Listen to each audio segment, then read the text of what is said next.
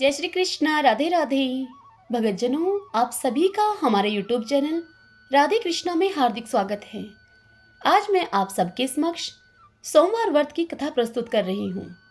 यदि आपको यह कथा पसंद आए तो इस वीडियो को आप लाइक करें और अपने अपनों के साथ इसे शेयर करें और कमेंट बॉक्स में शंकर भगवान की जय लिखिएगा। सर्वप्रथम भगवान का स्मरण करते हुए सब बोलिए, भगवान शंकर माता पार्वती की जय। ओम नमः शिवाय। एक बहुत धनवान साहूकार था जिसके घर में धन धान्य आदि की किसी प्रकार की कोई कमी नहीं थी, परंतु उसको एक ही दुख था कि उसके कोई पुत्र नहीं था। वह इसी चिंता में दिन रात रहता था। वह पुत्र की कामना को लिए प्रत्येक सोमवार को शिवजी का व्रत और पूजन किया करता था तथा सायंकाल को शिव मंदिर में जाकर शिवजी के श्री विग्रह के सामने दीपक जलाया करता था।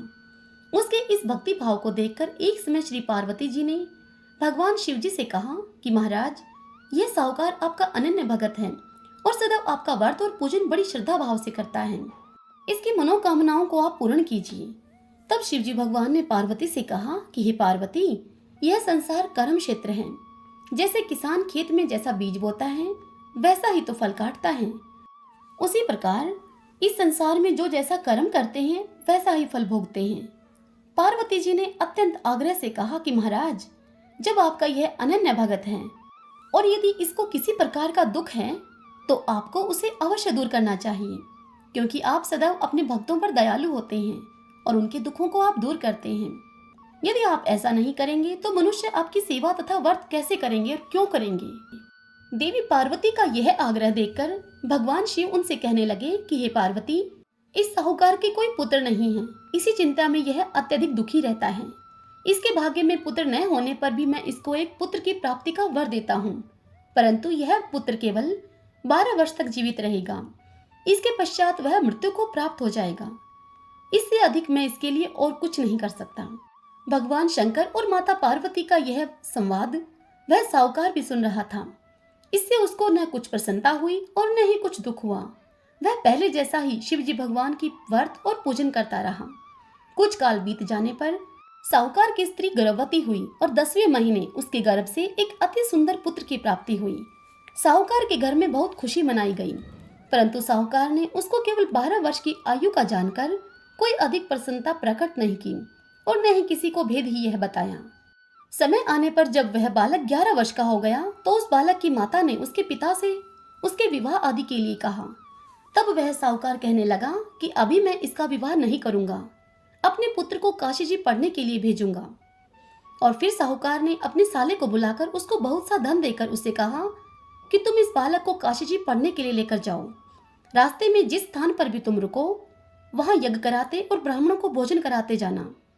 वे दोनों मामा भांजे यज्ञ करते और ब्राह्मणों को भोजन कराते अब जा ही रहे थे। उनके रास्ते में एक शहर पड़ा। उस शहर में राजा की कन्या का विवाह था और दूसरे राजा का लड़का जो विवाह कराने के लिए बारात लेकर आया था, वह लड़का एक आंख से काना था। उसके पिता को इस बात की बड़ी चिंता थी कि कहीं वर को देखकर कन्या के माता पिता विवाह में किसी प्रकार की कोई अड़चन न पैदा कर दें। इस कारण से जब उसने अति ही सुंदर सेठ के लड़के को देखा तो अपने मन में विचार किया कि क्यों न दरवाजे के समय इस लड़के से वर का काम चला लिया जाए। ऐसा विचार करके वर के पिता ने उस लड़के के मामा से बात की तो वह मामा राजी हो गया।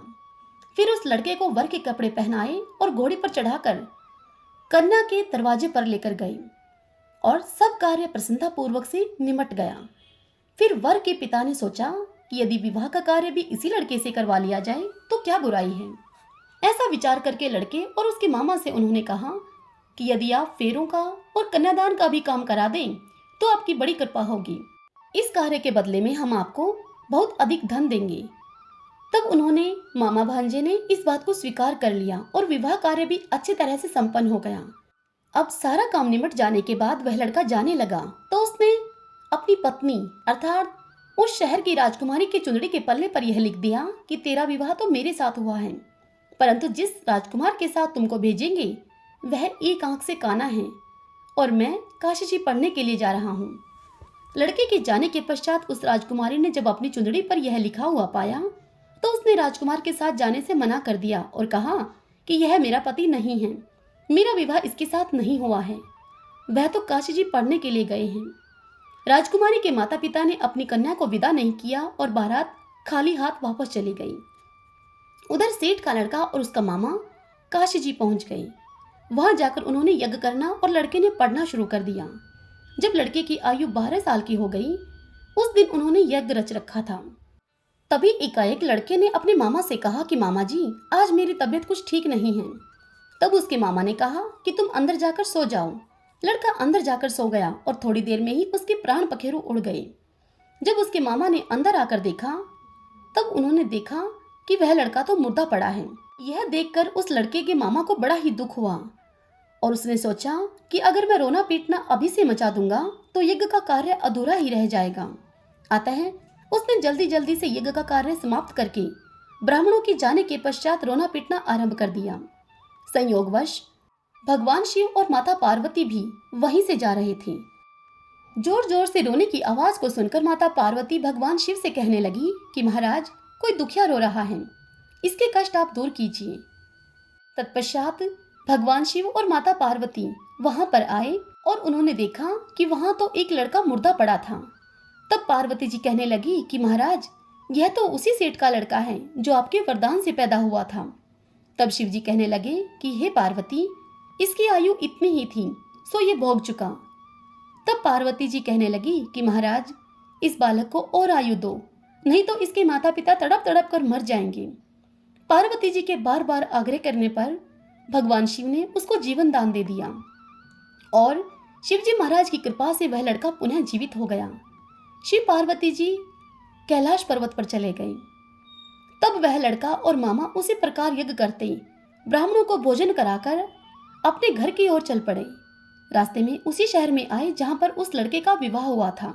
वहां आकर उन्होंने यज्ञ का कार्य प्रारंभ कर दिया तो उस लड़के के ससुर ने उसको पहचान लिया और अपने महल में ले जाकर उसकी बड़ी ही खातिरदारी की। साथ ही बहुत सी दास दासियों के सहित आदरपूर्वक लड़की और जमाई को विदा किया। जब वह लड़का अपने शहर के निकट आया तो उसके मामा ने कहा कि मैं पहले तुम्हारे घर जाकर खबर करके आता हूँ। जब उस लड़के के मामा घर पहुंचे तो लड़के के माता पिता घर की छत पर बैठे थे और उन्होंने यह प्रण कर रखा था कि यदि हमारा पुत्र सकुशल लौट कर नहीं आया तो हम यहीं से छत से गिरकर ही अपने प्राण खो देंगे, और यदि राजी राजी अपने घर को आ गया तो हम खुशी खुशी नीचे उतर आएंगे। इतने में उस लड़के के मामा ने आकर यह समाचार उन्हें सुनाया कि आपका पुत्र आ गया है। यह सुनकर उन्हें विश्वास ही नहीं हुआ। तब उसके मामा ने शपथ पूर्वक यह बात कही कि आपका पुत्र अपनी पत्नी के साथ बहुत सारा धन लेकर आया है। तब सेठ ने आनंद के साथ उसका खूब स्वागत किया और बड़ी प्रसन्नता के साथ सब मिलकर रहने लगे। इसी प्रकार से जो कोई भी सोमवार के व्रत को धारण करता है अथवा इस कथा को पढ़ता है या सुनता है, उस मनुष्य की समस्त मनोकामनाएं पूर्ण होती हैं।